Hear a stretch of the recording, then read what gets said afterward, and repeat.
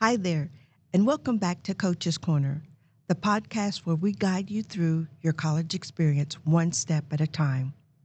I'm Charlotte, and today we're unraveling the mysteries behind two key terms you'll hear a lot in college: credit hours and GPA.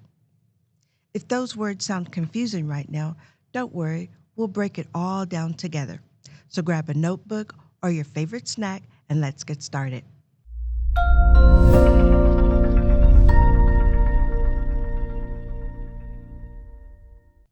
Let's start with credit hours. What are they and why do they matter? Simply put, credit hours represent the amount of time you spend in a class each week. Most college courses are worth 3 credit hours, meaning you'll spend about 3 hours a week in class for that course. But there's more to it than just class time. Here's the breakdown: class time versus study time.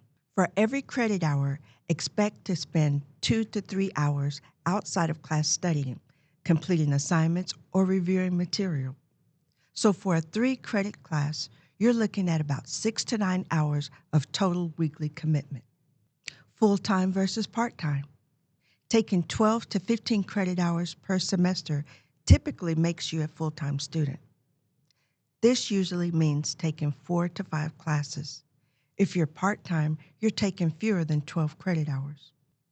Degree requirements. Most bachelor's degrees require about 120 credit hours, which you'll complete over 4 years if you take about 15 credit hours per semester. All right, now let's talk about GPA, or grade point average. Your GPA is a number that represents your academic performance. It's calculated on a scale of 0 to 4.0, with 4.0 being the highest.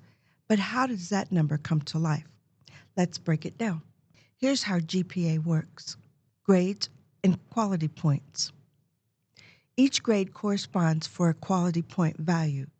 For example, A equals 4.0, B 3.0, C 2.0, D 1.0, and F 0. Credit hours matter. Your GPA is weighted based on the number of credit hours for each class. For instance, a 3 credit course has more impact on your GPA than a 1 credit course. GPA formula. To calculate your GPA, multiply the grade's quality point value by the course's credit hours. Then add up all of those numbers and divide by the total number of credit hours. Here's a quick example. If you earn an A, a 4.0 in a 3 credit class, and a B, a 3.0 in a 4 credit class, your GPA is 4.0 times 3 plus 3.0 times 4 divided by 7, which is 3.43. So why do these numbers matter? Here are the 3 key reasons. Number 1, academic progress. Credit hours track how close you are to graduating. Keep an eye on your degree requirements to stay on track.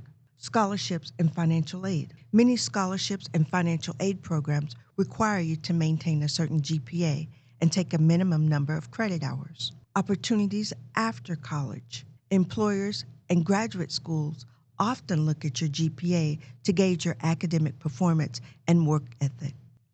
Now that you understand the basics, here are 3 tips to stay on top of your credit hours and GPA. Plan your schedule wisely. Balance challenging courses with lighter ones to avoid burnout.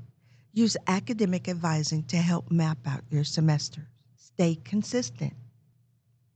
Don't wait until the last minute to study or complete assignments. A consistent effort throughout the semester will boost both your GPA and your confidence.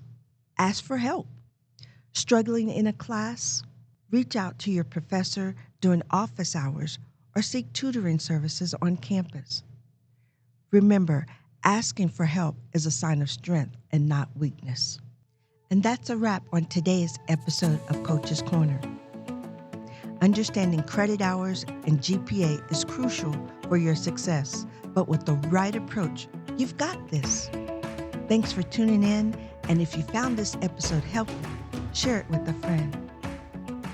Don't forget, to subscribe for more tips to help you thrive in college. Until next time, keep aiming high and stay determined.